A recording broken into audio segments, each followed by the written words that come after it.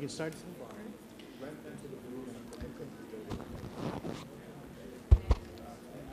Estella, please read the call. Notice of public meeting of the City Commission of the City of Brownsville. Pursuant to Chapter 551, Title 5 of the Texas Government Code, the Texas Open Meetings Act, notice is hereby given that the City Commission of the City of Brownsville, Texas, in accordance with Article 5, Section 12 of the Charter of said city, will convene an executive session and a regular meeting on Tuesday, February the 2nd, 2010, at 5:45 p.m. and 6 p.m. in the City Commission chambers on the second floor of the Brownsville City Hall Federal Building located at 1001 East Elizabeth Street, Brownsville, Cameron County, Texas.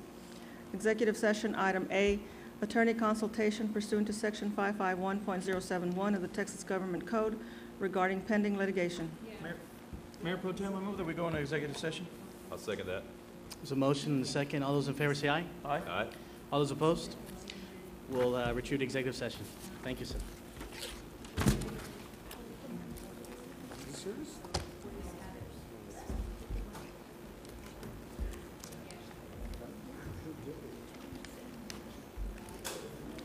Schneider, how are you? Good to see you. Went off. I don't know if I touched something by accident.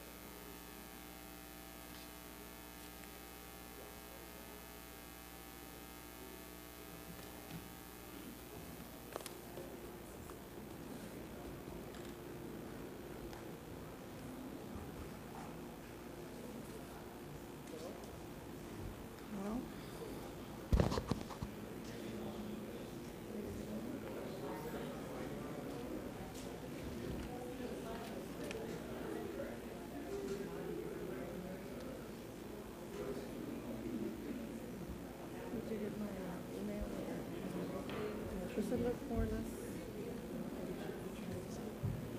Just in case somebody, because people think that they could just walk in there and just do whatever.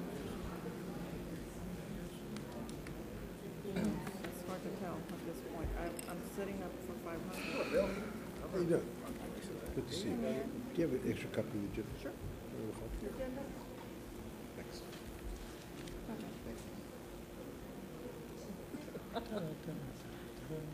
We're setting up for 500. But by Monday of that week, if it's less, we'll go down, we'll just make it less. And if it's more, we'll just go down. Chicken, shrimp, crepes. Crepes.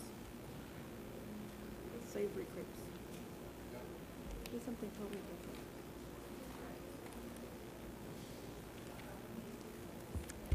That's our plan anyway.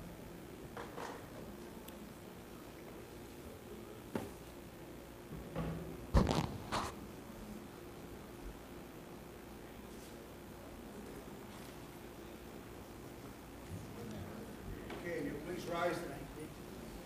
Place the flag and put it in the arms. Pledge allegiance To the flag of the United States of America, and to the republic which it stands, one nation, under God, indivisible, with liberty and justice for all. Honor the Texas flag. I pledge allegiance to thee, Texas, one state under God, one indivisible. Pastor Morales will be leading us in the invocation. Thank you, Pastor. Let us pray. Heavenly Father, we come before you in the mighty name of Jesus. And Lord God, we ask you that you will enable us with wisdom, knowledge, and understanding. Mighty God, I pray for the mayor, the commissioners, and all the leaders of the city of Brownsville. Mighty God, I pray that you will give us a God-fearing spirit and help us to recognize that one of these days we will be accountable for all the decisions we made. Lord God, help us with wisdom to make good decisions. Lord God, I pray that you will enable us to be honest and faithful to our spouses and children. I pray, Lord God, that you help us to respect our parents if they're living. Lord God, I pray for the city of Brownsville. I pray for our community. I pray for the BISD. I pray for each and every one that have an authority here in the city of Brownsville. And finally, mighty God, I pray for our country, our nation, our president. I pray, Lord God, your protection be upon each and every one of us. And mighty God, I just pray that your presence, your love be with each and every one of us. In the name of the Father, the Son, and the Holy Spirit. Amen. Amen. Please be seated.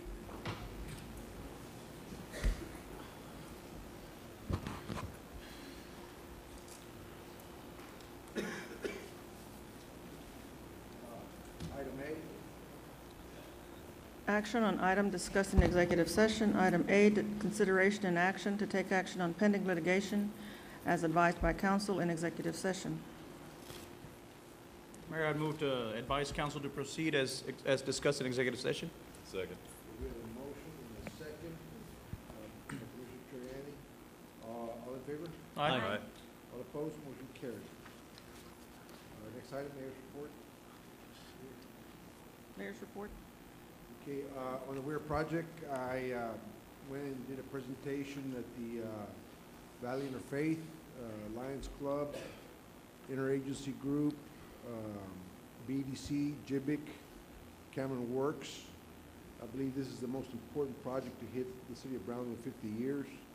Hopefully, it is a viable project. Hopefully, we can see it to fruition and get behind this project because that will meet the future needs of the city and create jobs. And I will be continuing to make presentations to groups, and I look forward to meeting each and every one of them and explain to them what this project is all about as far as economic development and how it affects the city. On the Hades relief efforts with JK Family Clinic, in conjunction with the city, we hosted a taco sale, raised $2,000 for the Haitian Relief Fund. The check will be presented to PUB Monday, and efforts will continue to raise funds for the Haitian relief to help the citizens of Haiti. I think approximately 200,000 people lost their lives in that disaster. That's equivalent to the size, the population of the city of Brownsville, that one day is here and the next day it's gone.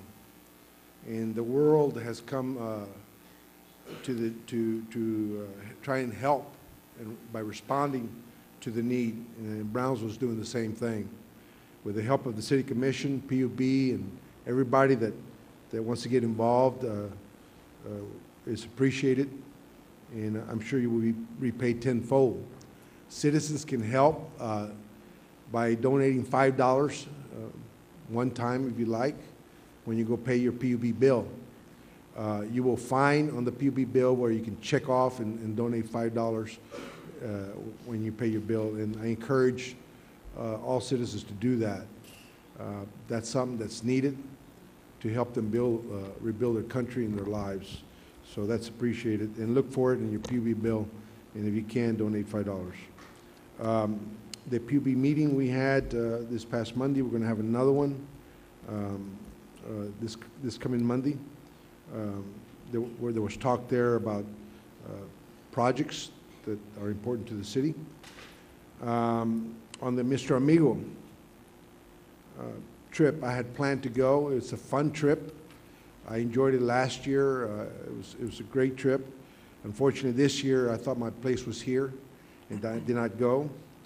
Commissioner Troiani served as Mayor Pro Tem, and I got report from the Mexican Consulate, Judge Neese, and others that it went very well, and we look forward to having Mr. Amigo here for our binational celebration. And thank you, Commissioner Troiani, for taking my place and representing the city of Brownsville at this important event. I felt that enough people were representing the city. The city manager went up there, Commissioner Longoria and Commissioner Troiani and others, that I didn't think there was a need for me to go. I thought my place was here, and I stayed behind to be where I needed to be. During the last mild freeze that we had experienced here in the city, we had a lot of pipe breakage. And the reason we're having a lot of pipe breakage is because the lack of maintenance in our infrastructure as far as water lines and stuff like that. PUB responded very quickly, and we need to continue to maintain those pipes and upgrade when we need to, where we ever need to upgrade, to make sure that we can withstand those type of change in temperatures. There's a legislative trip in early March to Washington that I will be participating with the Texas Border Coalition, and that's coming. I think that will be beneficial to represent the whole region, and Brownsville doing its part. The Texas Humane Legislative Network contacted me. They'll be here February 15th to work with the city on legislative matters on how to prevent animal cruelty. And this comes as a result of the killing of that puppy, that unfortunate incident where it was very barbaric, very callous, and just brutal. And it got the attention of the Texas Humane Legislative Network that they're coming to Brownsville, meeting with rescue groups to help pass legislation to deal with those kind of issues. Also, I got a copy of legislation dealing with graffiti.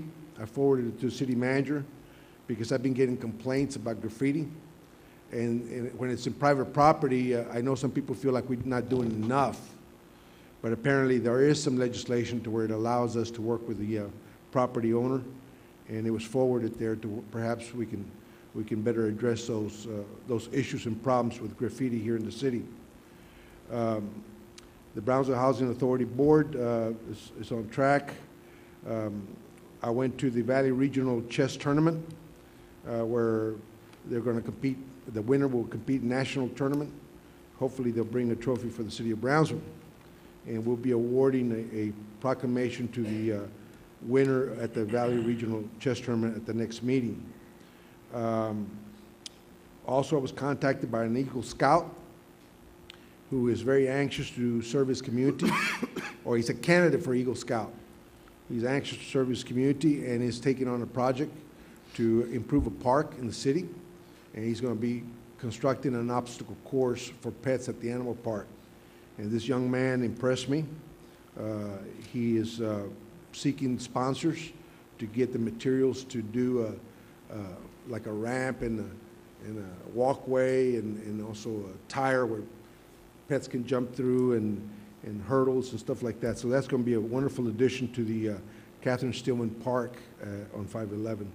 Those are some of the things that occurred since the last meeting, aside from all the meetings that I have and talk to people or forward complaints to the city manager or address issues that need to be addressed.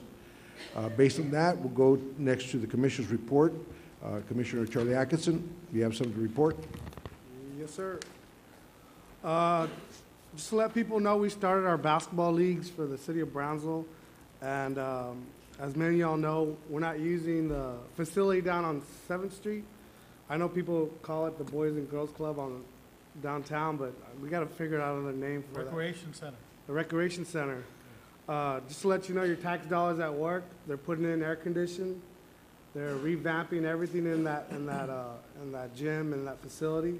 They're really, I walked through there the other day and there was like 20 City of Brownsville workers in there. So they're moving fast on preparing and getting it ready for some of these leagues. It won't be ready till late April, but they wanted me to let y'all know that they're working hard and it will get done. And those of you who grew up like I did in the Boys and Girls Club downtown, it's nice to see that they're putting in air conditioning and that they're renovating in a way that it's going to be real nice for the kids.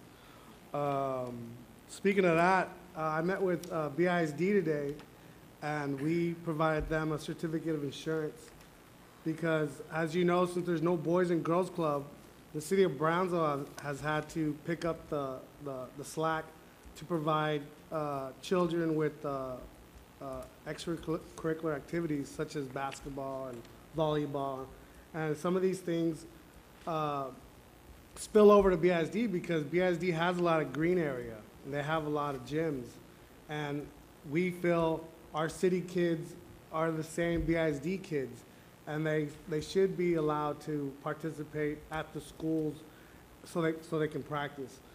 St. Luke's, I want to thank St. Luke's and St. Mary's. I don't know, some of you parents have been to the games. We're holding city events as basketball, our youth basketball league, at their facilities. The private schools have opened their doors to the city of Brownsville to let us use their gyms for our little 5- and 6-year-olds or 7- and 8-year-olds. So I want to thank the private schools for stepping up and assisting the city of Brownsville in providing these areas for our kids because, you know, back 8-9 years ago, there was maybe 20 teams for basketball. Now we're at 90 teams. We're getting more and more children participating in basketball, our tackle football leagues, and these are City of Brownsville leagues. So we did provide a certificate of insurance for BISD, so if anybody wants to take their kids to practice there under a city event like our basketball league or our football league, then they should be able to work with you so you can practice at those facilities. Also, on District 2, Cowan Terrace, I don't know if y'all know this, but the Cowan Terrace is divided in 2 streets, and in the middle there's this huge alley. And for many years, it's just been deteriorating, and it's caused a lot of rodent infestations. But I want to thank our Public Works Director, Santana Torres, who's stepped in for me after a lot of calls from a lot of people about that alley, and we're making some strides in fixing up that alley and clearing out a lot of debris and trash that have been in there for years.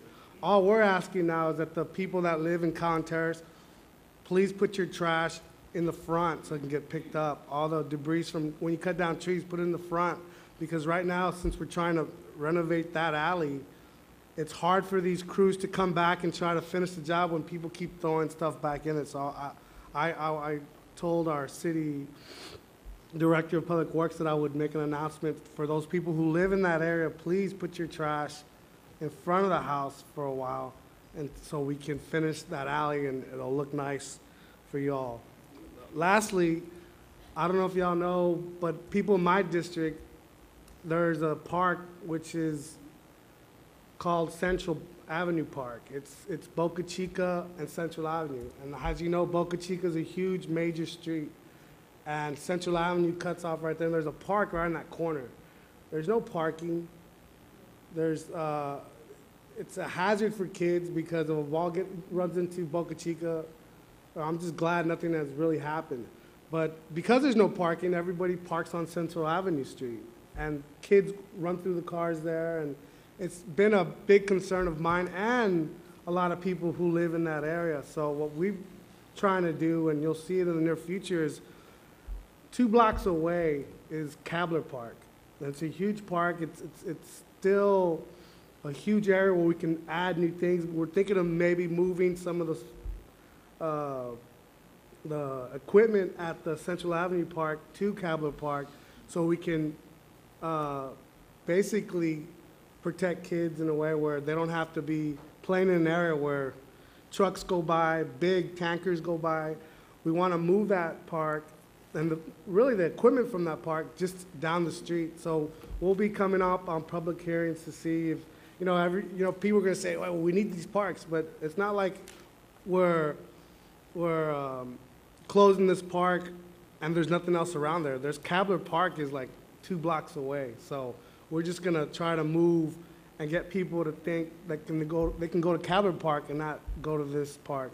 But in the future, we'll come back with you on that. And I've gotten a lot of concerns from parents there that it's just too unsafe for these kids to be playing there. So I'm committed to and along with the Parks Department, to do something about it, and hopefully the sale of that Central Avenue Park, the land, we can use that money to build a gym in that area, because anybody that lives in my district, y'all know if your kids play sports, you got to go to Olivera Park around 4:30 in the afternoon. You got to go through so much traffic to go to Olivera Park by Pace. And we're talking over here by Perkins, and we're way over here on the east side. Or you got to go to Gonzales, Southmost, where you're still fighting traffic. And I think it behooves us to try to build a gym in that area for the kids, so you don't have to travel, parents don't have to travel many miles just to get to Olivera Park when you live on the east side by the airport. You know what I mean? So we know people have been asking for this, and I just want you to know that I'm committed to getting that done. And with everybody's help and the Parks and Public Works Department, we'll get it done. Thanks. Thank you, Commissioner. Next, Commissioner Triani. Thank you. I just want to say that thank you to the Mr. Amigo Association and to the Charo Days group. I went down to Mexico City this past weekend for the Mr. Amigo Vicente Fernandez Jr. That was a wonderful trip, and it really brought home just the sense of unity, and it hadn't really hit me as much how much a trip like that really shows goodwill between the United States and Mexico. We had a very nice presentation close to the Templo Mayor in Mexico City at the convent there. I believe it was the Secretary for the Relaciones Exteriores from Mexico was there. The Consul for Mexico in the United States, Victor Trevino, and his wife were also there as well. And it was really nice to see people in Mexico support Brownsville and just show the interest in our community. And Mr. Fernandez was a wonderful person. He was very humble, and it was a very enjoyable trip.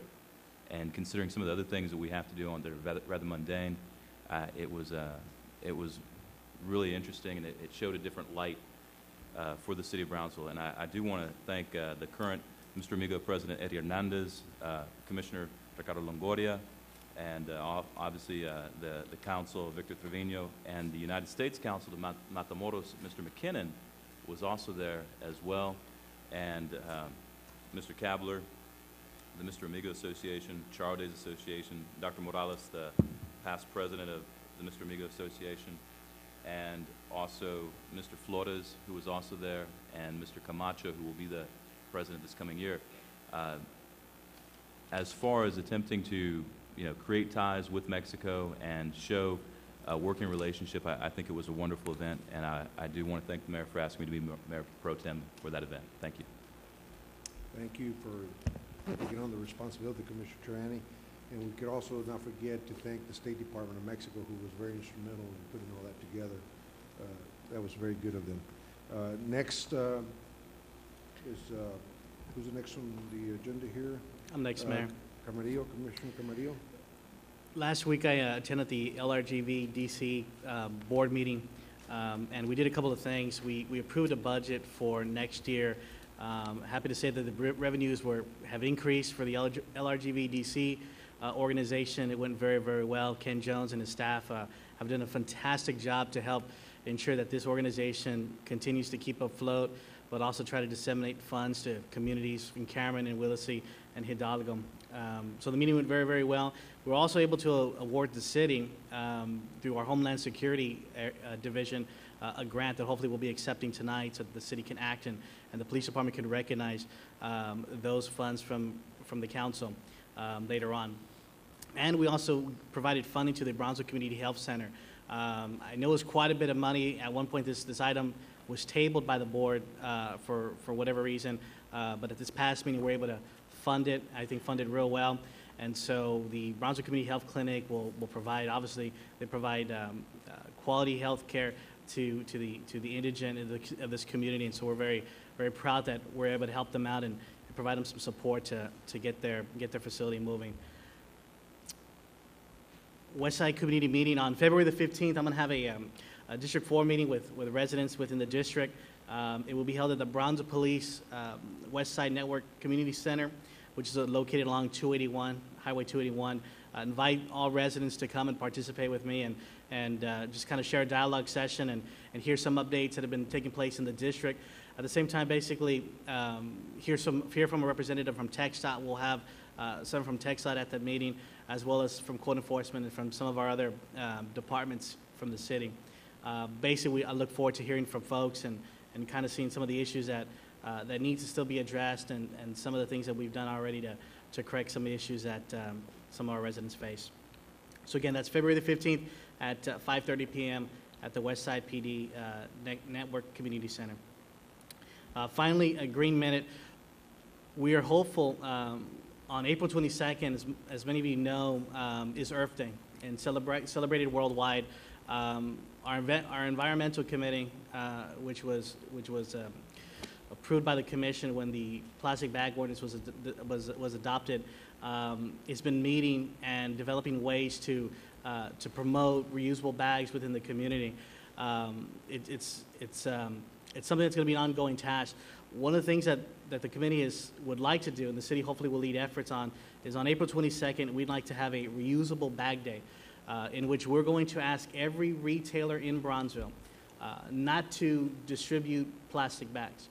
And each of us are asked, whether we go to a convenience store or we go takeout or whatever, not to use a plastic bag. And if not, bring our own bags to the shopping centers. But that day, make a concerted effort not to use a single plastic bag. We look forward to that initiative. I think it'd be a great deal. I don't think anyone's ever really done that before, but the committee and I think the city could really help lead the effort and recognizing Earth Day as very significant for us, and hopefully, again, not to use a single plastic bag that day. So you're going to hear about it down the road, but again, I would encourage you all to help spread the word. This is going to be something real important for the community and ultimately for our environment. That concludes my report, Mayor. Thank you, Commissioner Camarillo. Proclamations are next. Simon Rivera High School Cluster Career and Technical Education Month. Is there, who's here to, okay, you're here? The principal and the sponsor. Good. Please come forward. Tim Snyder, principal. Tim Snyder, principal. Tim Snyder, principal. This one here? Oh, I don't know who took it.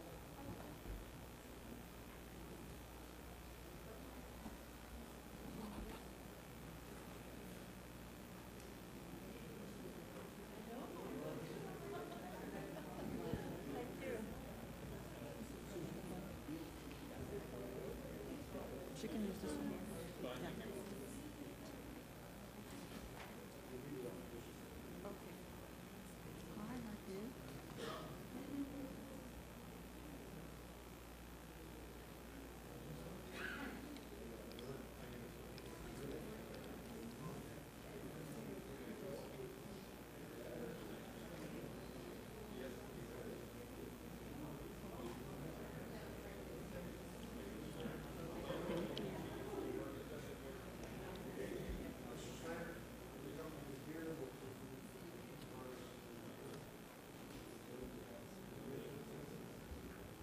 Okay, proclamation.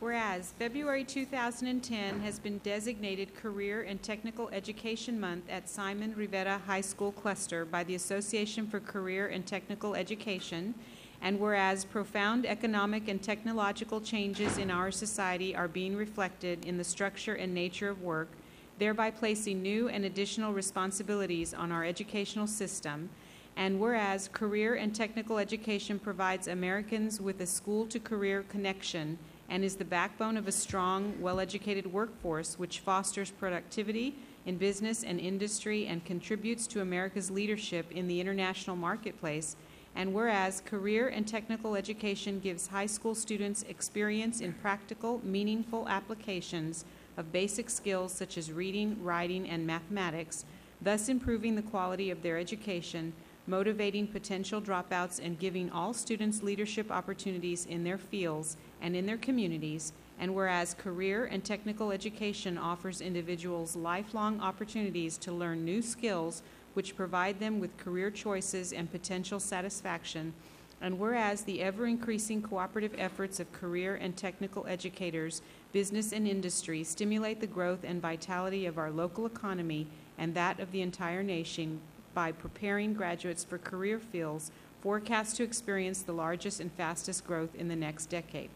Now, therefore, we, the members of the City Commission of the City of Brownsville, Texas, by virtue of the authority vested by the Charter of said city, do hereby proclaim February 2010 as Career and Technical Education Month at Simon Rivera High School, and further urge all our citizens to become familiar with the services and benefits offered by the career and technical education programs in this community and to further support and participate in these programs.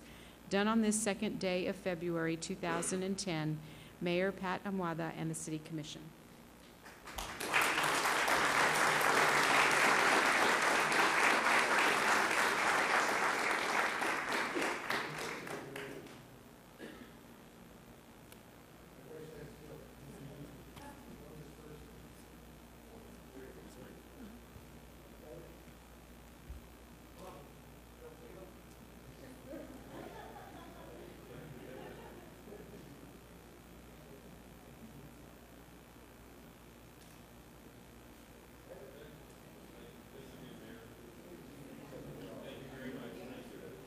Whenever y'all are ready.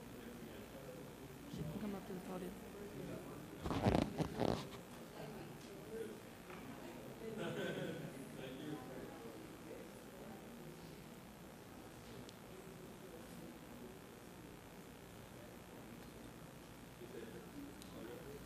Do I begin?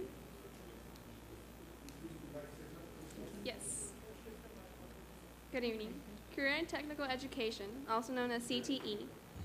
I'm sorry. Okay. Career and Technical Education, also known as CTE, has a long and rich history in the United States. Today, CTE has evolved from a limited number of programs available at the turn of the 20th century into a broad system that encompasses a variety of challenging fields in diverse subject areas, which are constantly evolving due to the changing global economy. Today's CTE provides students with academic subject matters taught with relevance to the real world, employability skills from job-related skills to workplace ethics, career pathways that link secondary and post-secondary education, second chance education and training, and education for additional training and degrees, especially related to workplace training, skills upgrades, and career advancement. Today, I am here representing the criminal justice, along with fellow students in programs such as culinary arts, health science, Ready, Set, Teach program, and the business education and the international business magnet. These programs have been instrumental in our school involvement and attaining academic goals. We have learned the importance of competition, leadership, teamwork, and becoming productive citizens.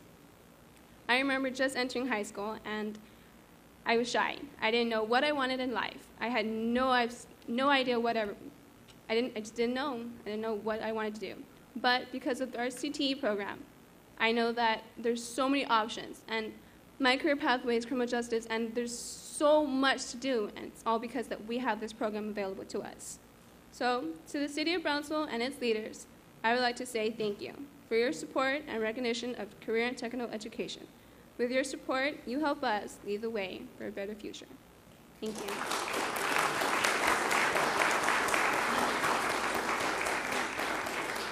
Good evening, ladies and gentlemen. Thank you for letting me be here today. I'll be taking culinary arts this year because I also had learned to make different recipes, and I have good little bit different recipes, like I said, and I also learned I prepare different foods and different for the state class. This year I had very culinary arts because I took family development and for nutrition like 2 years ago, where my best teacher, Mr. Neves. So Mr. Neves, I want to thank you to Mr. Neves too, and to the dance here today. And we just came from Corpus Christi for campaign. It was a good experience.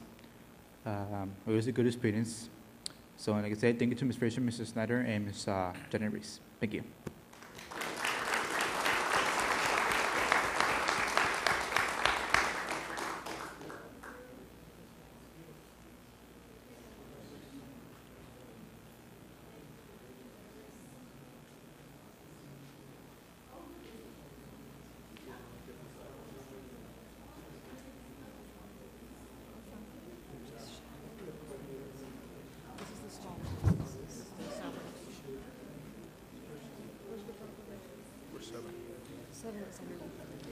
You want us to enlarge it? I don't mind. Here's a larger one. Southmost Elementary, any representatives? All right, come on up.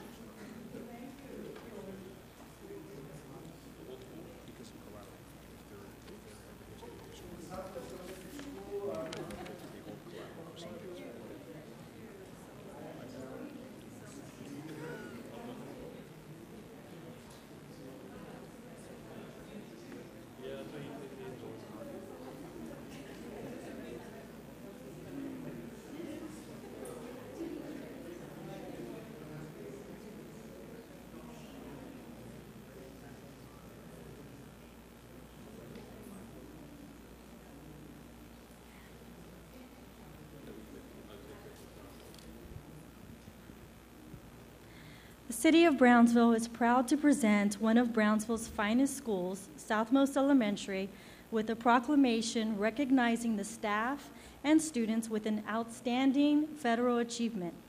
Our city's success is contingent on the success of our schools. Brownsville's future relies on just that, and we are proud to be working with BISD on the United Brownsville front. This Blue Ribbon School designation is one great honor. We are all so very proud of you. Thank you for coming today, and I'm going to read the proclamation. A proclamation of the City of Brownsville, Texas, congratulating Southmost Elementary School on its designation as a 2009 Blue Ribbon School. Whereas the No Child Left Behind Blue Ribbon Schools program honors schools that are academically superior or that demonstrate dramatic gains in student achievement to the high levels, and whereas the Blue Ribbon Schools program honors public and private schools based on one of two criteria. One, schools whose students, regardless of background, achieve in the top 10% of their state on state tests, and two, schools with at least 40% of their students from disadvantaged backgrounds that demonstrate dramatic improvement of student performance to high levels on state tests or nationally normal tests.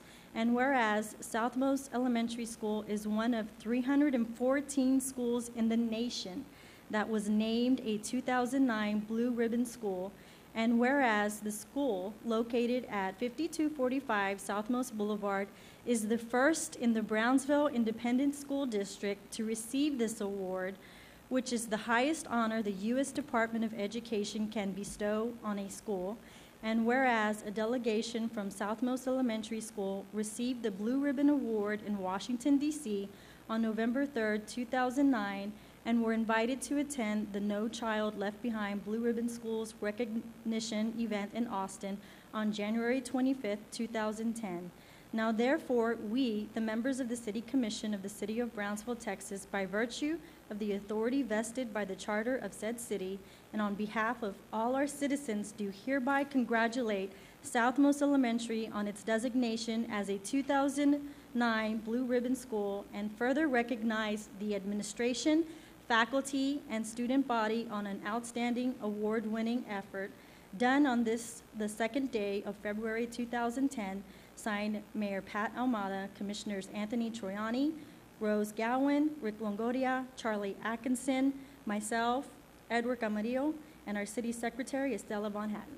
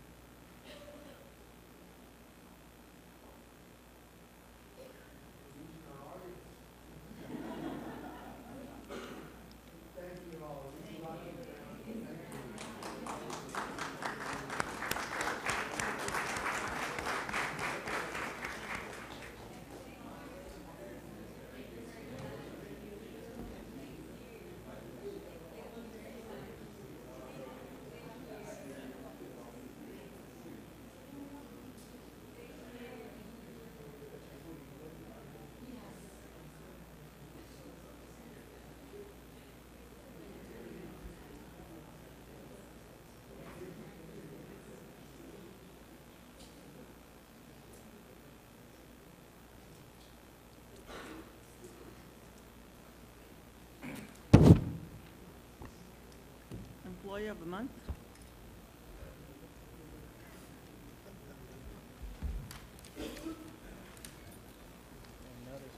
Just a few words in the proclamations.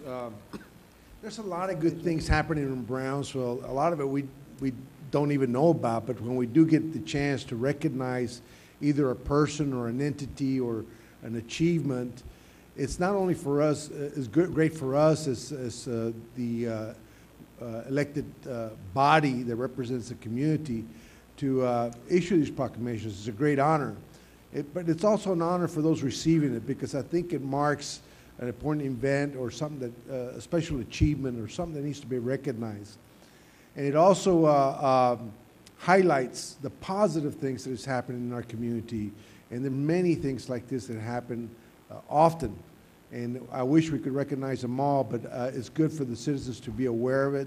And it's an honor for us as the City Commission and Mayor to do these things that highlights those positive things. And I want to thank everybody that does come here and or brings it to our attention when we need to recognize somebody for doing something. Thank you very much. The next thing is the Employee of the Month. Employee of the Month for February, Mayor. Thank you. Members of the Commission, please help me welcome Chris Hangstrom from our Health Department.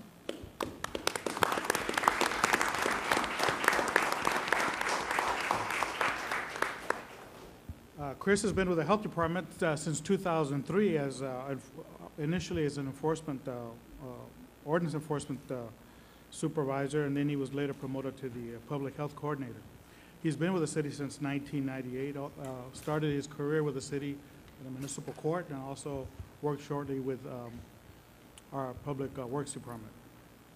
He coordinates many projects, and as you know, Mayor, he helped coordinate the groundbreaking ceremonies for the Stillman Dog Park, among other things that year. He also, in that same year, 2009, helped and coordinate with staff in working on a vector control ordinance enforcement grant, which was very successful. In fact, it was recognized at the state level, and the City of Brownsville Health Department was awarded the 2009 Texas Environmental Health Award based on his efforts with staff on that grant.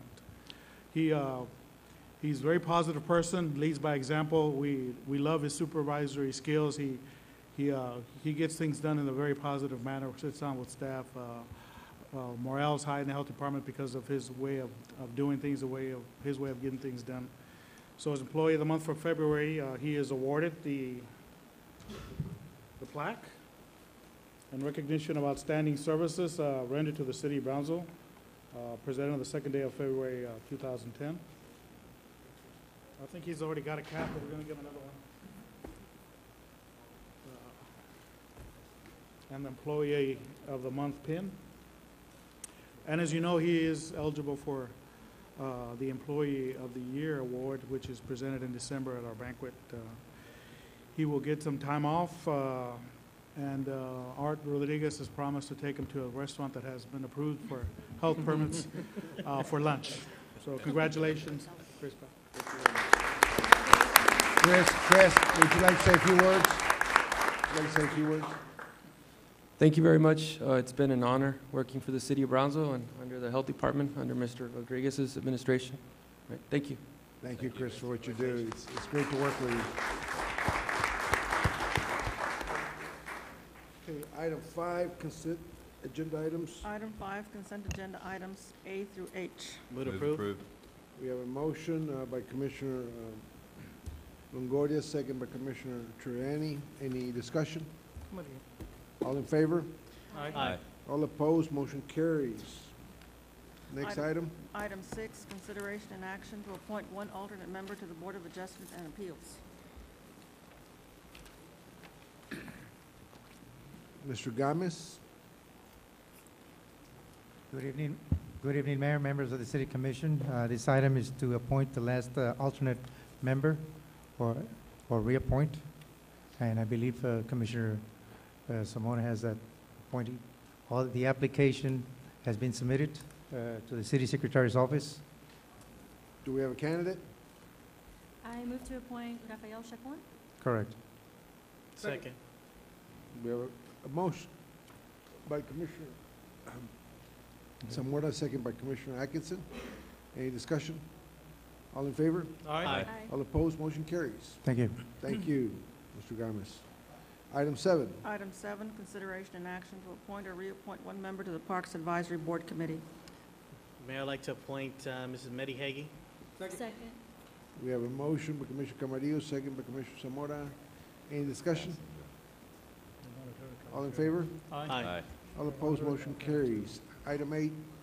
Item 8, public hearing and action on first reading of ordinance number 2010-1519 to amend Chapter 98 of the Brownsville City Code by introducing Section 98-13, parking on commercial premises. John, before you get started, I was reading the ordinance. People like to congregate somewhere, and I understand what we're trying to do here, but do we have any alternative where they can congregate instead of meeting by the airport or doing something illegal? I don't want to criminalize something that is not out to do harm, or, people like to congregate, especially on weekends. Do we have some place we can offer them where they can do what you're trying to prohibit? We have our city parks. I just feel like we're criminalizing people just for congregating. If they're doing something illegal, I could understand it. And I just have a problem with it. Well, But go ahead. Go ahead. The problem has been with, and the Chief Garcia can explain a little bit more detail than I can, some of the problems that the ordinance is meant to address. And before the Chief addresses you, I'd like to note that I'm going to hand you a revised copy of the ordinance.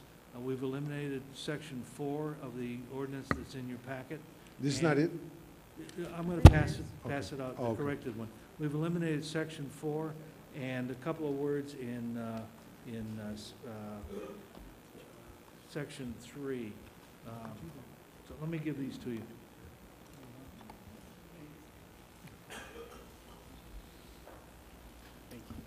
Mayor, members of the City Commission, good evening. In regards to this ordinance, throughout the last several years, we have had numerous problems at certain parking lots, especially on weekends, but more so on Sunday evenings. Some of the problem areas that we experience are the Burlington Coat Factory, Strawberry Square, Paseo de la Reforma, and the former Albertsons parking lot. Now it's a teleperformance business that's there. And pretty much you have had car clubs or groups of teenagers pretty much, go and act and drive in a manner that's been reckless in those parking lots. We've had accidents there. We've had to address this issue every Sunday night from about 8 p.m. till about midnight. And when you're talking about several hundred kids that are gathering and doing things that normally are not allowed by law, we definitely have a serious issue here. We've had numerous complaints from Mr. Bill Hudson at the Paseo de la Reforma, where he has suffered damaged property to his property there. Mr. Bill Hudson, okay. Definitely, we have talked to the other property managers at Burlington Code, where we've asked them to please help us by posting signs.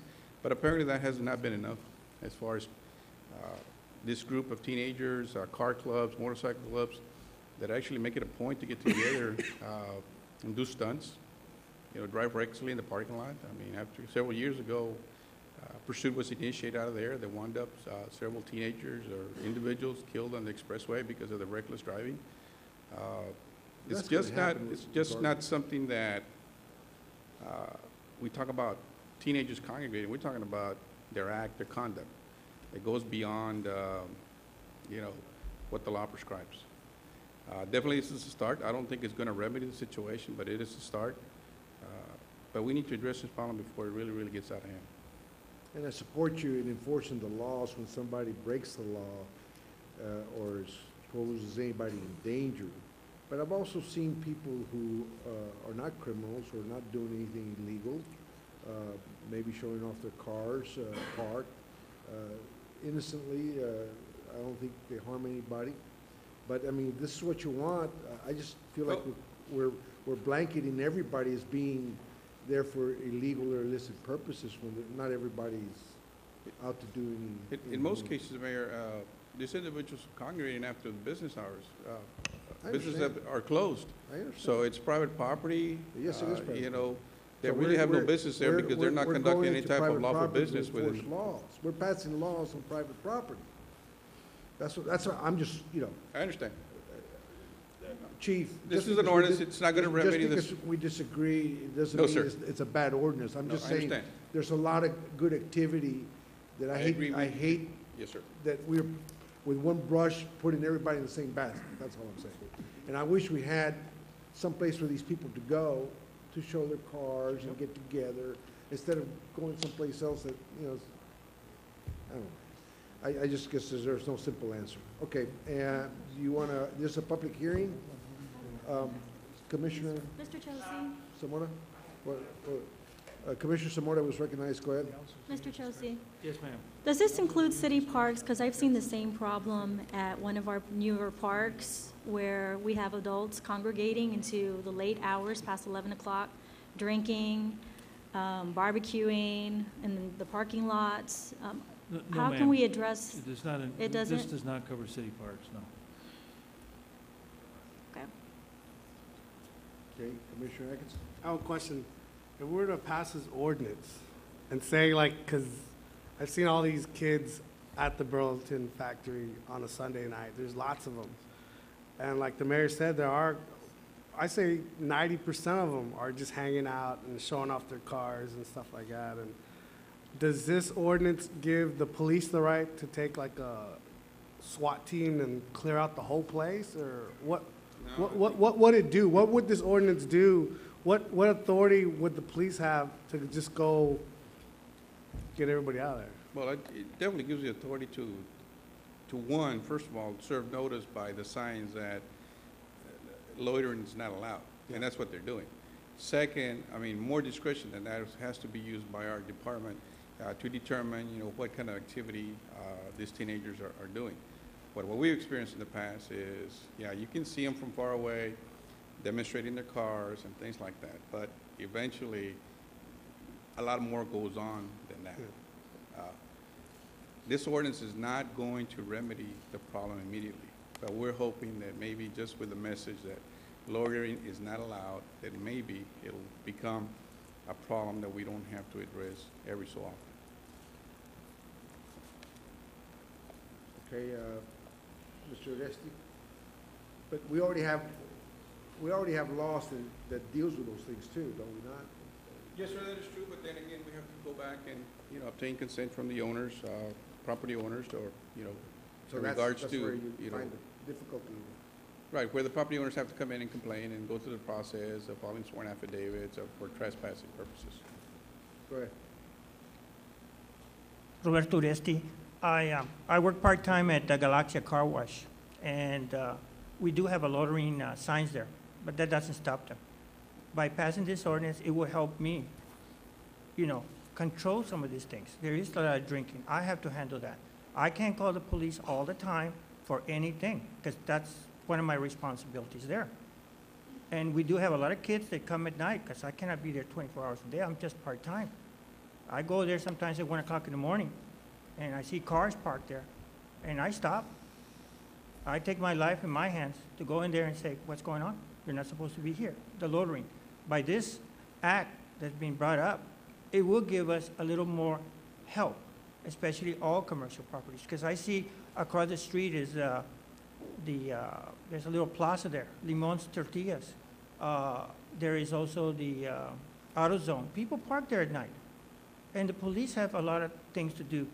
And I do ask, even Chief comes by, and he does help me. And some of the police officers, I always ask them, you're welcome here, make your reports here, because I cannot be there all the time. We do need something to help not only this car wash, but all the commercial properties. And it will be very, very helpful as another tool. It doesn't mean that we're going to put everybody in jail. No, we're just going to ask them, please move along. Thank you. Mr. Ratzi, what street do you live on? I live on Calle Pluton, which is next to the Galaxia Street, which is Galaxia Car Wash. Okay. Yes, sir. Okay, this is a public hearing. Anybody for or against? I have a Anybody for or question. against? Commissioner Um, Camarillo? You want to say something? Yeah, Mr. Chosi, multifamily residential area, and I know we have this in El Valle West, and Chief, I know you know about this, areas that haven't been occupied in terms of building a home and so forth, but in certain areas off the curves, you have vacant properties on the street. Can cars just park there? Is this also include that situation? Because I know I get a number of complaints of people parking in an area where it's not visible to it's not near in front of anyone's home, but again, they park and they do all sorts of different things. Does this help alleviate that issue? It may, but the ordinance is aimed at parking lots. Parking lots, right. Okay, any more comments? If not, can I have a motion to close the public hearing? So moved. We have a motion to close by Commissioner Camarillo. Can I have a second? Second. Second by Commissioner Troyani. All in favor? Aye. All opposed? Motion carries. This is an action item. Move to approve. Second? We have a motion to approve by Commissioner Camarillo, second by Commissioner Longoria. Any further discussion? Okay. All in favor? Aye. All opposed? I'm gonna go nay.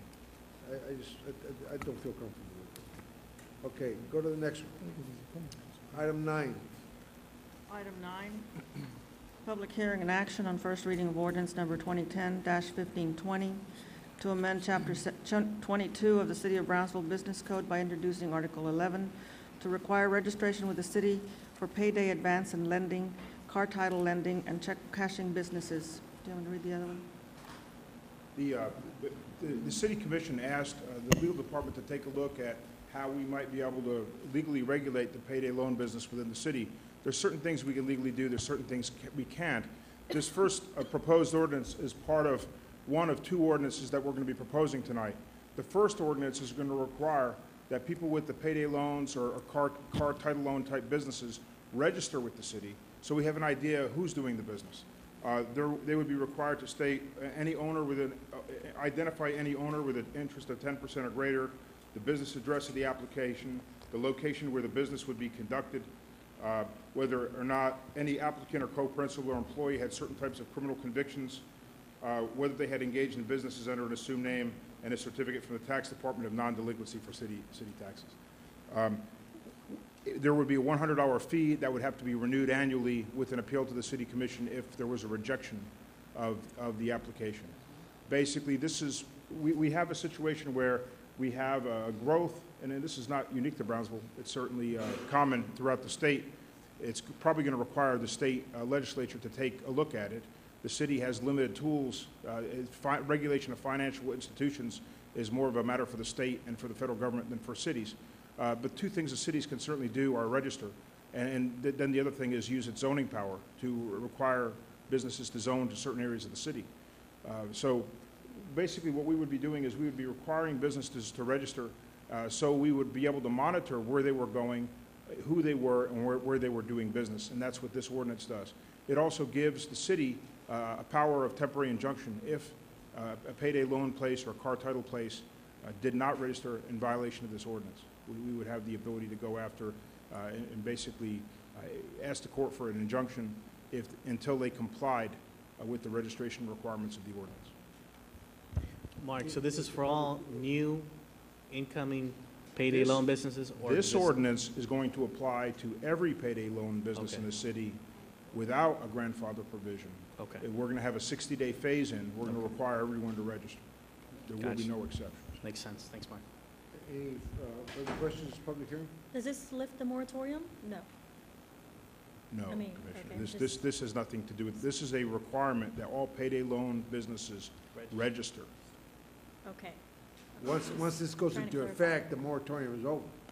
No, the next ordinance would deal with the moratorium. This is, deals with the requirement of registration, which would be a different thing entirely, Mr. Mayor. Okay. This is a public hearing. Anybody for or against this that wants to speak out? No? Can I have a motion to close the public hearing? Second. Motion by Commissioner Camarillo. Can I Yes. have a second? Second. Second by Commissioner. All in favor? Aye. All opposed? Motion carries. Thank you. The next item. Action? Move to Yep. approve? Second. Oh, okay, I'm sorry. We got a motion to approve by Commissioner Longoria, second by. Camarillo. Pardon me? Camarillo. Commissioner Camarillo. And second by Dr. Gowan. Commissioner Any Simona. further questions? All in favor? Aye. All opposed? Motion carries. Okay. Item Item 10, 10. public hearing and action on first reading of ordinance number 2010-1521 to amend Chapter 348 of the City of Brownsville zoning code by amending several sections to provide regulations for payday advance and lending, car title lending, and check cashing businesses. This will deal with the moratorium then. It will deal with the moratorium by requiring businesses to locate in zones that they should be located in. Because I talked to Evaristo, I think it was today or yesterday. He didn't know about this. I don't know. I told him to call you. Did he call you? I've spoken to him today, Mr. Mayor. But basically, let me explain what the legal department is proposing. Right now, the city has a master zoning ordinance, and the master zoning ordinance does not contain any definition to regulate where these alternate financial institutions could go. I mean, you could make the argument that a payday loan place or a car title place could be located in a C2 or C1. There's nothing in the zoning ordinances that might prevent an alternate financial institution such as this from locating within such an area and close to a residential area. And that's a great area of concern for the legal department. The city has a master zoning ordinance, and what's fundamental to the zoning ordinances is that similar businesses be treated similarly. So what we had to do in trying to figure out where payday loan businesses should be located, we had to look at the different categories that we had within the city, and we had to figure out what was the best fit. If we look at the C4 area under the master zoning ordinance, C4 is the area where we have banks and where we have money exchange businesses. Banks may locate anywhere in C4. The money exchange businesses have an additional requirement that they not be located within 1,000 feet of a residence. So certainly that would be the closest fit that we would have, and we could go to C5, but these payday loan places aren't anything like mini warehouses, car washes, or wholesale showrooms. So in looking at treating similar businesses similarly, we would look at C4, and we would say, well, certainly we would want them to have greater regulation than banks.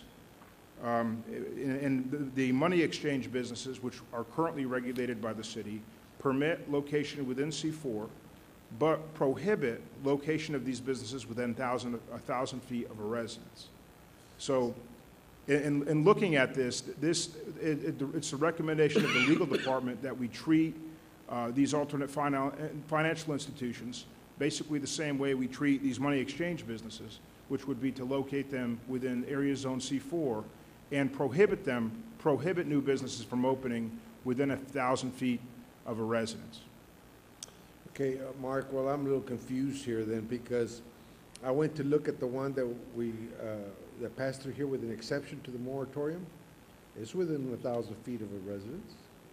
I'm not sure what you're referring to, Mr. Mayor. 2934 Boca Chica, International. I think it's 2934 International. There was one here that came before us. Mr. Mayor, there was an application. There was an application for a payday loan place. That application was filed before the moratorium was put into place in December. And for that reason, the permit department didn't impose the moratorium because that application had already been filed, that paperwork had already been submitted to the city before the city enacted the moratorium. So that was basically something that happened before the legal department took action. In the entire month of December and the entire month of January, after we had the moratorium in effect, there were no applications and there were no payday loan places which opened in the city. The singular exception to that was the application that had been made before the moratorium was put in place. So it had nothing to do with the moratorium. It had nothing to do with the moratorium being partially lifted to permit businesses being located within the C4, which is what we're doing, asking the commission to do here in the ordinance. So we've had no applications since we had that exception up until this point. My understanding is there have been no applications, and Mr. Gomez is here, but my understanding is there have been no applications for payday loans, no new applications since we placed the moratorium in effect. Because I don't understand why this business owner was so concerned if he had filed the application prior to this moratorium. I mean, why is I don't know what you're talking about, Commissioner.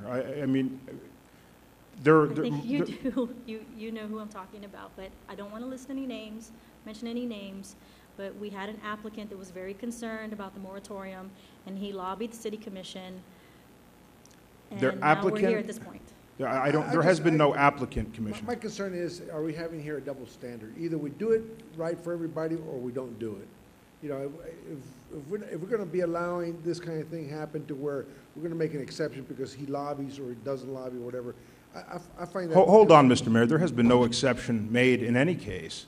The ordinance that's being proposed here is that businesses be located within C4, within 1,000 feet, not less than 1,000 feet of a residence, and no exception has been made under any circumstances for any individual.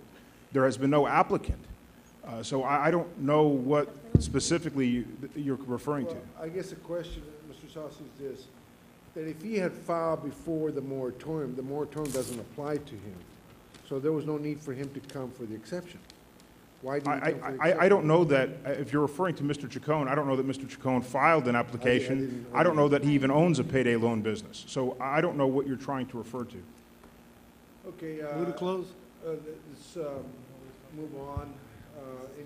This is a public hearing. You'd like to? Did we work with United Way on this? I know they had some concerns about it. I have, the United Way Commissioner is looking at creating a pilot program to make alternate loans available, and I think that's very valuable because they're addressing the problem, which is available credit for people that are lower income. I think that's important, but that's not really something that fits with our ordinance, which is more of a zoning nature. But I'm certainly aware of the United Way's efforts, and any assistance I can give to them in that regard, I will. But did you call them? Did you work with them when coming up with this? I called them, Commissioner, but the issues in terms of zoning really have to do with where similarly situated businesses, it's really a governmental question, where similarly situated businesses are located within the city's master zoning plan.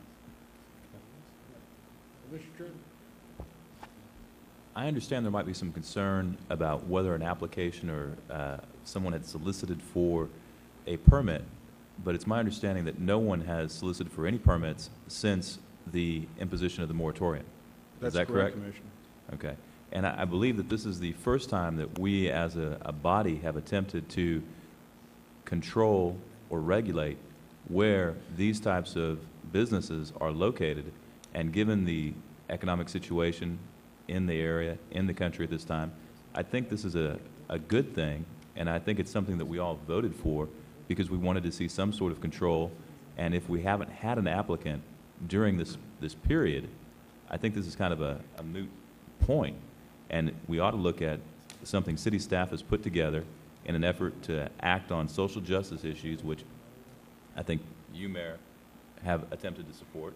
And I think the rest of us have all attempted to support, because at the end of the day, we are putting some sort of order to a system that has had no regulation throughout this commission and, from what I understand, any other commission either. Thank you. Thank you, Commissioner. And we support the effort. We just want to make sure that we're going to stick to it, and there's not going to be exceptions made. If it's 1,000 feet, it's 1,000 feet, and it's engraved in stone, and nobody else is going to be able to get exceptions from here on up.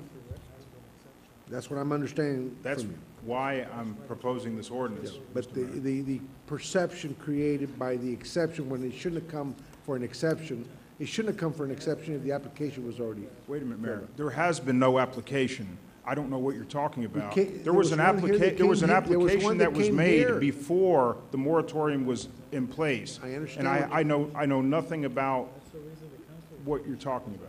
Mr. Saucy, I certainly applaud your efforts and your team's efforts on bringing this to us. I just was trying to understand why we had someone lobbying when there were applications prior to this moratorium. I'm just trying to gain a better understanding of the issue. Well, first of all, Commissioner Zamora, there has been no application during the entire month I got that, of Mr. December or Saucy. January. So when we're talking about applications and double standards, since there was no application, I don't know what this commission is referring to. Yes, I heard that the first time, Mr. Saucy. I was just trying to clarify why I didn't understand this person calling me repeatedly, wanting to know more about the moratorium and looking for some sort of exception, and why he was so concerned when his applications were prior to this moratorium. That's all I'm trying to say. I don't know that that individual made an application. I mean, I was told by also staff that there was a CO issued on International Boulevard, but you know, if the intent is here to set a standard, I'm for that. Let's move on, unless somebody has an objection. Move to close. I think it's a good thing. I'll second It's a good thing. But I think there's a gentleman who wants to speak. It's a public hearing. And let me call for the close of the public hearing before somebody jumps the gun. Good evening, City Commission. Good evening, Mayor. Good evening. Well, I'm Mr. Chacon. The reason I'm here, I heard my name right now.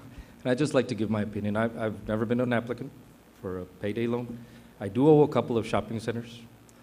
We all are suffering the economy, how it's, you know, I don't need to tell you how all of us have suffered on these last 2 years. As a developer, as a commercial landlord, it's been very challenging to bring in tenants.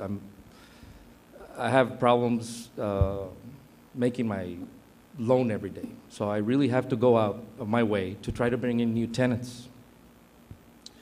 One of my concerns that I didn't know on the 15th of December was the moratorium. All of a sudden, I've been working with advanced payday for the last 3 months prior to 15th of December, and all of a sudden, boom, moratorium. So yes, that's a concern that I had, and yes, I spoke, gave my opinion, and now I'm giving it publicly. I really do not understand why we're trying to regulate this. If it's because we're gouging our citizens, with all due respect, I don't think it's our responsibility. It is a legitimate business regulated by the state of Texas. I think that's state issues that have to be dealt there. Yes, it is expensive money, and you know, why not empower our citizens through Channel 12 and show them and explain to them what the real cost of money is, what the real cost of a credit card if you pay a late fee, what the real cost of money when you know, how to balance a checkbook. Why don't we empower our citizens that way? If we limit these, this is my point of view. If we limit opening new businesses, then we have less competition, right? That money sometimes for people, it's HEB money, it's grocery money. They need $500 or a title loan or whatever. If they have more competition to go and check what's a better deal for them, they'll go. If we limit new businesses from coming in, then the people that are already there, they're going to have more of an advantage and be less competitive in their rates, whatever it is. That's my point of view from a business point of view. Now, as a developer, we do not have a lot of tenants. You know, I wish I could tell you that we have calls every day for tenants. We don't. And you can see my shopping centers. My Boca Chica, I just lost Fantasyland, 20,000 square feet. And I gave them a good deal so they can come in. I have two more empty spaces there. One of them was going to be for Advance. I'm using one of them as offices because it used to be a hair salon that they handed over the keys. We have the small loan companies that are going to be tenants. We have the cellular phone. We have the insurance companies, the small insurance companies, the car insurance companies. And there's not a lot of what we call the mom and pop businesses are all suffering. So now we put another limit on somebody that could potentially pay rent. That's my point of view. And I don't think we ought to limit them. And I mean, I don't think we have had any applications, and we will not. It's hard to get a license. It takes about 5 or 6 months. They have to investigate you and make sure that, you know, FBI checks you and everybody. It's hard to get a license just to open one of those businesses. And it's all public records. If you see where they're open, they have to specify where they're open, and you can check it on the internet. It's hard for one person to open one of those businesses. I don't think we even have a citizen of Brownsville that owns one of them. There's some small loan companies, but not the Payday or Advanced. They're all from out of town. So I really appreciate your time and appreciate your hearing my concerns as a developer. I don't think we really need it, gentlemen. Does anybody have any questions of Mr. Chacon? No? Thank you for coming, appreciate it, thank you very much. Thank you. Okay, this is a public hearing, anybody else for or against? Can we have a motion to close public hearing? Move to close. Motion to close by Commissioner Triani, can I have a second? Second by Commissioner Gowan. Any further discussion? All in favor? Aye. All opposed? Motion carries. This is an action item. Move to approve. Second. Motion to approve by Commissioner Triani, second by Commissioner Atkinson. Any further discussion? All in favor? Aye. All opposed? Motion carries. So it'll be 1,000 feet from a residence. Okay. Item 11, public comments. Item 11, public comment. The first is Mr. Oresti, then Ms. Garzoria, then Mr. Burks, Pastor Burks, Gracia, and then Mr. Resendez, in that order. Welcome, everybody. Please address the chair. Refrain from attacking anybody, and please stay within the 3 minutes. Go ahead, Mr. Oresti. Mayor and Commissioners, Roberto Oresti, 1220 Calle Pluton, Galaxia subdivision. I'd like to present the Commissioners 2 pictures so they can look them over. Exhibit 1. The pictures are a footbridge in the southmost area on Calle Amistisa Drive. It's called the Uresti Fuentes Bridge because Mrs. Fuentes was a resident there, and I helped her build that little bridge. And as you can see, the pipes, that was the old bridge, okay? And the new bridge is there. The complaint that came to me was that it needs a little graffiti, and the sidewalk was kind of busted. And I just talked to Public Works, and they said they were going to investigate it real quickly, and I appreciate that real fast. But there's also another concern that I noticed. There is no light. There needs one major light because there is no light there at all. And it seems like there's some activity going on underneath the bridge where the graffiti is. So it is a concern for those residents. So it will be appreciated. I know that Public Works is going out there, but it would be appreciated the commission here would look into putting one major light there. Thank you. The second part I'm going to talk about is mosquitoes. For some reason, mosquitoes have become climatized. They come out at 40-degree weather, and sometimes Public Works needs to put out repellent. Go to the places, especially Galaxia. The mosquitoes are very bad there. I'd like to say thank you to Mr. Patterson because he talked to me a few minutes ago on the poison program that he's going to develop for the citizens of Brownsville. I'm very happy about that. I think the citizens of Brownsville need to be informed about all the poisonous insects and snakes that we have here in this area. I'd like to say thank you, big thank you about the old military highway road on the west side of Brownsville. It's going very quickly. At the rate they're going, they already got to 16th Street, and they already put the caliche. I mean, if PUB gets involved, then everything is going to stop. I guarantee you that. Keep PUB out of it, okay? On the Scheider, Lindale, I spoke about the hole there. Public Works went out there real quickly and took care of it. The bus is making that hole there. Thank you very much. And now the last thing is, well, there was a comment by the commission here about me that I was not informed about the pet or dog and cat regulations or ordinance. What I was saying last time, and I'll say it again, I spoke to many people. Yes, we needed to amend the ordinance about people having only one cat or one dog. That's what I'm talking about. If you want to have some control over these animals, you see them selling them dogs at the Pizza Hut on Ruben Torres Road. Come on, I saw the lady selling dogs there the other time. The newspaper, take a look at all the ads for dogs and cats. That needs to be stopped. If you really want to do something and help these animals, I do like animals, I do like cats and dogs, but you need to make a moratorium and get rid of this selling in the city of Brownsville. If you could get rid of plastic bags, you can surely help the animals. And that's what I was talking about it. So I am informed about the rules. I have no dog. My ex-wife has the dog, okay? And I visit that dog every day because I do love that little dog. And he loves me too. So thank you very much. Thank you. Ms. Grasoria?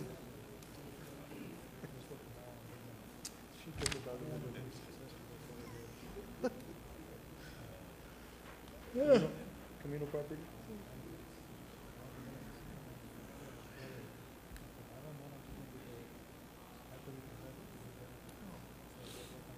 Please try to stay within your 3 minutes, and please do not attack anybody. Address the chair. Thank you. Good evening, City Commissioners and Mayor. My concern today is with the alleged increase of the consumer rates at the PUB. A study, in quotations, was conducted and paid for by the PUB board regarding rate increases. And the study came out to conclude that we do need the alleged increase for the city of Brownsville for the next few years, which would affect us for the next 4 or 5 years to come.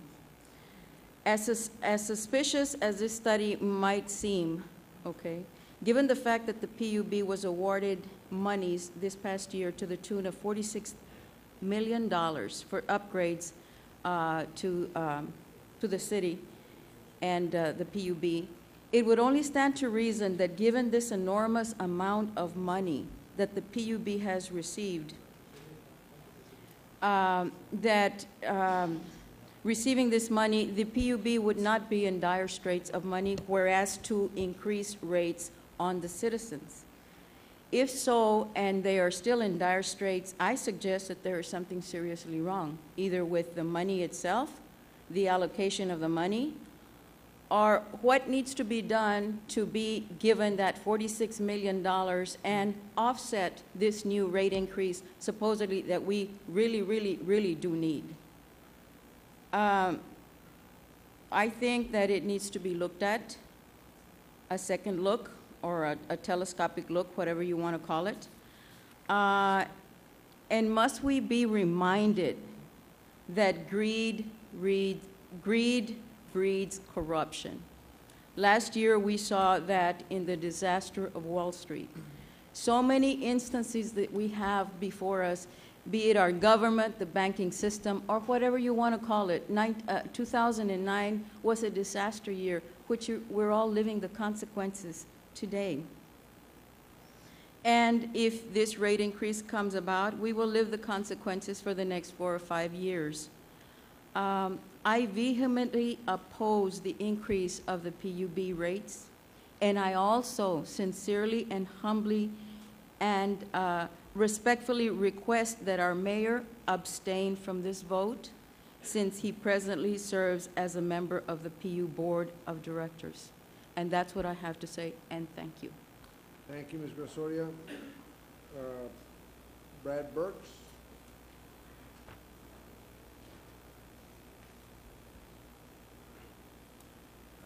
Thank you. I'm Brad Burks, Pastor Embassy of the Spirit, Brownsville. First of all, I want to start by thanking each one of you for being willing to serve the citizens of Brownsville. Whether I agree or disagree with the way you vote, I appreciate the fact that you're willing to get up and make a stand and do something for this city. Most of the people in the city don't realize that you only get $10 per meeting. That price, I believe, was set in 1946 when it was worth about $120 or more, I don't know. And let me say this, some people think we're overpaid. Yeah, I know. I realize that. But the main reason I came today, got up here to speak was I was made aware yesterday that more than $3 million did not come to Brownsville people last year because they did not file their taxes. Let me encourage you, if you worked and money was taken out of your taxes, out of your paycheck, file your taxes this year. If you make less than $49,000 a year, you can get free help getting your taxes filed. Dial 211, and they will direct you to a location that will help you for free, and it will e-file for you, so you'll get your refund quickly. You don't have to give half of your money to somebody to get your money today. Wait 2 weeks and get the whole amount. Secondly, let me encourage the people of Brownsville to be honest on their taxes. I don't want to pay any more than I have to. I really don't. But if we want to ask God to bless us, we need to be honest on our part. Jesus said, pay unto Caesar that which is Caesar. I don't want to see you paying any more than you have to. Get the money back that is due you, and I think a lot of the citizens would make better use of it than our government in Washington. Thirdly, I appreciate what you're doing as far as encouraging people to give to Haiti. Let me also mention that if your churches out there have somebody in Haiti that they know personally, I would encourage you to give it through your church. I do not have anybody there personally, but Good Shepherd Community Church on Morrison Road behind Academy has a missionary that was there before the earthquake. They'll be there after the disaster.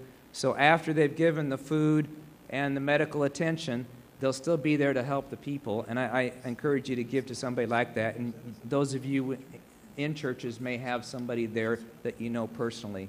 And that way you know it's getting to the people that will make good use of it. And I appreciate what you're doing, encouraging PUB to be a part of. But it's going through the Red Cross, And Red Cross is great. So, yeah, so I mean, PUB's not keeping the money, or I mean, you know, it's going through the Red Cross. yeah, and I appreciate that. Thank you for they're that. just as credible as your church or anybody else. Yes, yes.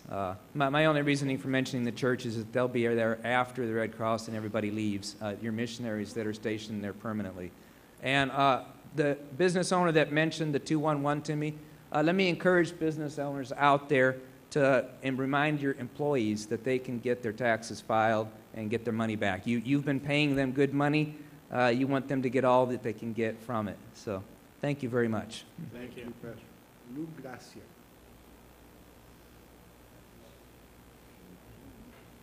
Welcome to our chambers.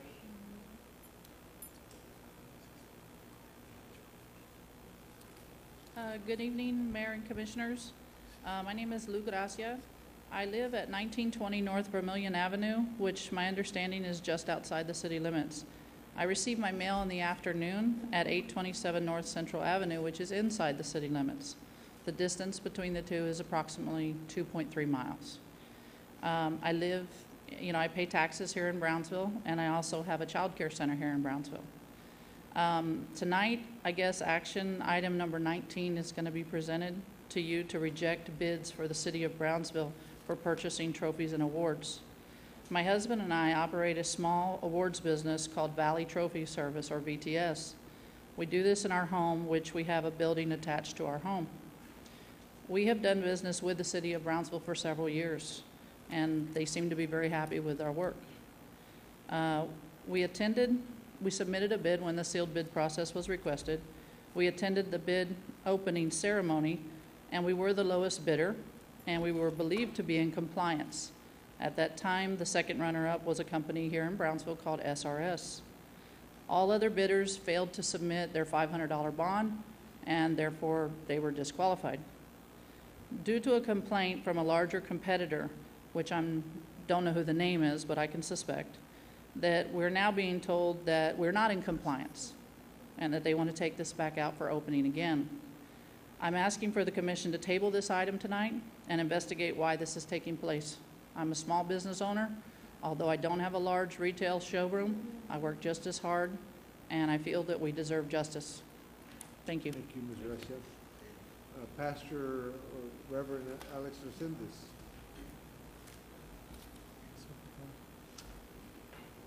Please try to stay within 3 minutes, no personal attacks, and address the chair, please. Yes, sir. I'll start with saying that the other pastor said that you get paid $10. I think that's too much money they're paying you guys. Como quiera que sea. My name is Alex Resendez, Reverend Alex Resendez. Pleased to meet you guys. I mean, you guys are doing a wonderful job. I have some pictures there. I would like for the people to see them. Primero, I want to say something. I was watching the television. Never in my whole life had I seen what I saw. I saw President Obama dancing with the beautiful Thalia, and she's supposed to be a Mexican artista. And she danced with the president right in the White House, and the mariachis, and era más mexicano la White House ya. I don't know what's going on really, because there used to be some Christians or whatever, they was very conservative. But now we had mariachis and Thalia dancing with the president. I don't know what you all think about that. But anyway, this is about La Calle Dana. I went over there to take some pictures because a guy that drives a bus, he said that he almost wrecked over there. He's got kids in the bus. I came here to see these people, you know, that they're making $10 a day or something, I don't know, $10 a week. And I said about a year ago, or a year and a half, les dije, we need a light, or we need something over there. I could not even take the picture, man. They almost ran over me. There's evil spirits all over the place. I said a little prayer, and I ended up running away from there because I couldn't even park the car or get off the car or nada. That place is dangerous. I beg you guys, fight the state, do something. Hagan algo, por favor. You can see right there how many crosses. When I came over here, there was only, I think it was only 3 crosses. We got 3 more, okay? I had a lady tell me also that que su hija ya mero had a wreck because she didn't know which way to go, and the cars, they drive real fast. Mira, look at all those cars, man. So I am concerned about that, but my greater concern is this. What are you guys doing? What are you guys doing? Que $47 million, y que este, que el otro. You can put one light there, you can fight the state, or you can fight for us on that. I'm asking you, please, do something en esa area. Por favor, hagan algo, okay? Y si quieren bailar con Thalia, pues invítenla. Thank okay. you. Mr. Lord bless you guys.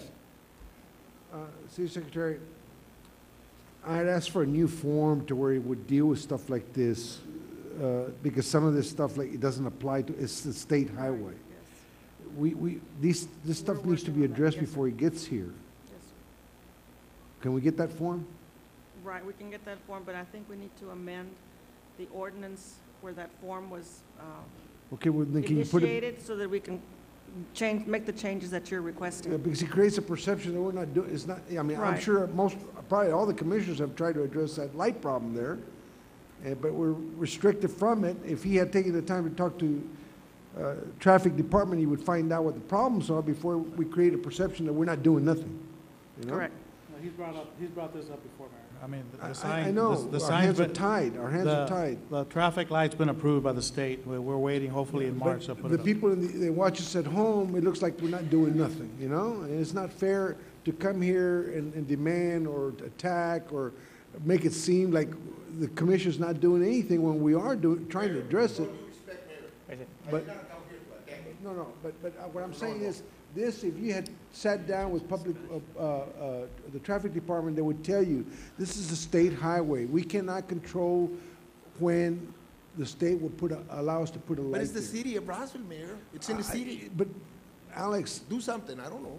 That's your what do you problem. want me to do? You know, I can't force the state. We can petition, we try. Okay.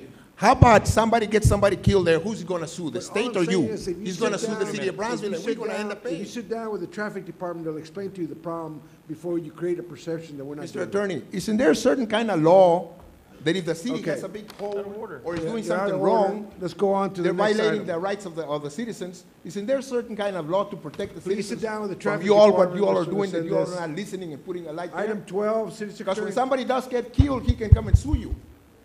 Item 12. Sue the state.